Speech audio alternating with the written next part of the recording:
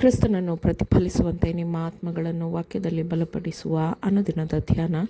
ಇಂದಿನ ಧ್ಯಾನದ ಶೀರ್ಷಿಕೆ, ಕ್ರಿಸ್ತನ ಬಲದಲ್ಲಿ ನಾವು ಜೀವನದ ಯುದ್ಧಗಳನ್ನು ಮಾಡುತ್ತೇವೆ.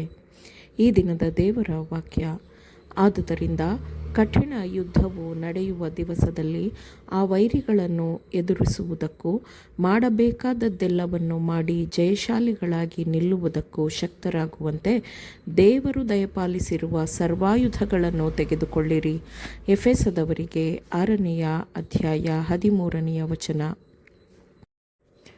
ಕ್ರಿಸ್ತನ ಹೆಸರನ್ನು ಕರೆಯುವ ಪ್ರತಿಯೊಬ್ಬ ಮನುಷ್ಯನು ಈ ವಾಕ್ಯವನ್ನು ಮತ್ತೆ ಮತ್ತೆ ಓದಲಿ ಮತ್ತು ಕ್ರಿಸ್ತನೊಂದಿಗಿನ ಯಶಸ್ವಿ ಜೊತೆ ಕೆಲಸಗಾರನಾಗುವಂತೆ ನಾವು ದೇವರು ದಯಪಾಲಿಸಿರುವ ಸರ್ವಾಯುಧಗಳನ್ನು ಧರಿಸಿದ್ದೇವೆಯೋ ಎಂಬುದನ್ನು ಪರಿಗಣಿಸಲಿ.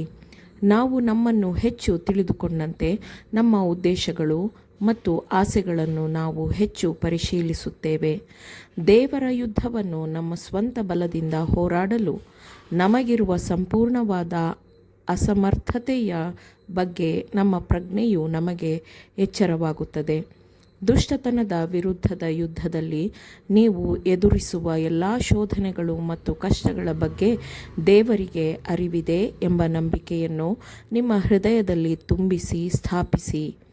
ಏಕೆಂದರೆ ಯಾವುದೇ ಆತ್ಮವು ಅಪನಂಬಿಕೆಯನ್ನು ತೋರುವ ಮೂಲಕ ದೇವರ ಶಕ್ತಿಯ ಬಗ್ಗೆ ಕಡಿಮೆಯಾಗಿ ಮಾತನಾಡಿದಾಗ ದೇವರನ್ನು ಅವಮಾನಕ್ಕೊಳಪಡಿಸಲಾಗುತ್ತದೆ.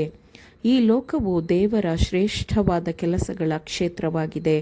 ದೇವರು ತನ್ನ ಏಕೈಕ ಪುತ್ರನ ರಕ್ತದಿಂದ ಲೋಕದಲ್ಲಿ ವಾಸಿಸುವವರನ್ನೆಲ್ಲ ಖರೀದಿಸಿದ್ದಾನೆ ಮತ್ತು ಆತನ ಕರುಣೆಯ ಸಂದೇಶವು ಎಲ್ಲರಿಗೂ ತಲುಪಬೇಕೆಂದು ಆತನು ಬಯಸುತ್ತಾನೆ. ಈ ಕೆಲಸವನ್ನು ಮಾಡಬೇಕೆಂದು ನಿಯೋಜಿಸಲ್ಪಟ್ಟವರು ಶೋಧನೆಗೊಳಪಡುತ್ತಾರೆ ಮತ್ತು ಪರೀಕ್ಷಿಸಲ್ಪಡುತ್ತಾರೆ. ಆದರೆ ದೇವರು ಅವರನ್ನು ಬಲಪಡಿಸಲು ಮತ್ತು ಅವರನ್ನು ಎತ್ತಿ ಹಿಡಿಯಲು ದೇವರು ಹತ್ತಿರದಲ್ಲಿಯೇ ಇರುತ್ತಾನೆ ಎಂಬುದನ್ನು ಅವರು ಯಾವಾಗಲೂ ನೆನಪಿನಲ್ಲಿಟ್ಟುಕೊಳ್ಳಬೇಕು. ಯಾವುದೋ ಮುರಿದ ದೊಣ್ಣೆಯನ್ನು ನಾವು ಅವಲಂಬಿಸಬೇಕೆಂದು ಆತನು ಬಯಸುವುದಿಲ್ಲ. ನಾವು ಮಾನವ ಸಹಾಯಕ್ಕಾಗಿ ಹುಡುಕಬಾರದು. ದೇವರು ಇರಬೇಕಾದ ಸ್ಥಳದಲ್ಲಿ ನಾವು ಮನುಷ್ಯರನ್ನು ಇರಿಸುವುದನ್ನು ದೇವರು ಇಷ್ಟಪಡುವುದಿಲ್ಲ, ಅದನ್ನು ನಿಷೇಧಿಸುತ್ತಾನೆ. ಕರ್ತನಾದ ಯೆಹೋವನು ಶಾಶ್ವತವಾದ ಆಶ್ರಯಗಿರಿಯಾಗಿದ್ದಾನೆ. ಸ್ನಾನಿಕನಾದ ಯೋಹಾನನ ಶಿಷ್ಯರೊಂದಿಗಿನ ಕ್ರಿಸ್ತನ ಅನುಭವದಲ್ಲಿ ಒಡನಾಟದಲ್ಲಿ ನಮಗೆ ನಂಬಿಕೆಯ ಪಾಠವನ್ನು ನೀಡಲಾಗಿದೆ. ಕತ್ತಲೆ ಕೋಣೆಯಲ್ಲಿ ಒಂಟಿಯಾಗಿ ಬಂಧಿಸಲ್ಪಟ್ಟ ಯೋಹಾನನು ನಿರುತ್ಸಾಹಗೊಂಡನು ಮತ್ತು ಯೇಸುವಿನ ಬಳಿಗೆ ಶಿಷ್ಯರನ್ನು ಕಳುಹಿಸಿ, ಬರಬೇಕಾದವನು ನೀನು, ನಾವು ಬೇರೊಬ್ಬನ ದಾರಿಯನ್ನು ನೋಡಬೇಕು ಎಂದು ಕೇಳಿಸಿದನು. ಈ ದೂತರು ಯಾವ ಕೆಲಸಕ್ಕಾಗಿ ಬಂದಿದ್ದಾರೆಂಬುದು ಕ್ರಿಸ್ತನಿಗೆ ತಿಳಿದಿತ್ತು ಮತ್ತು ತನ್ನ ಬಲದ ಪ್ರಬಲವಾದ ಪ್ರಕಟಣೆಯ ಮೂಲಕ ಅವನು ಅವರಿಗೆ ತನ್ನ ದೈವತ್ವದ ಸ್ಪಷ್ಟವಾದ ಪುರಾವೆಯನ್ನು ನೀಡಿದನು. ಜನಸಮೂಹದ ಕಡೆಗೆ ತಿರುಗಿಕೊಂಡು ಮಾತನಾಡಿದನು ಮತ್ತು ಕಿವುಡರು ಅವನ ಧ್ವನಿಯನ್ನು ಕೇಳಿದರು. ಅವನು ಮತ್ತೆ ಮಾತನಾಡಿದನು.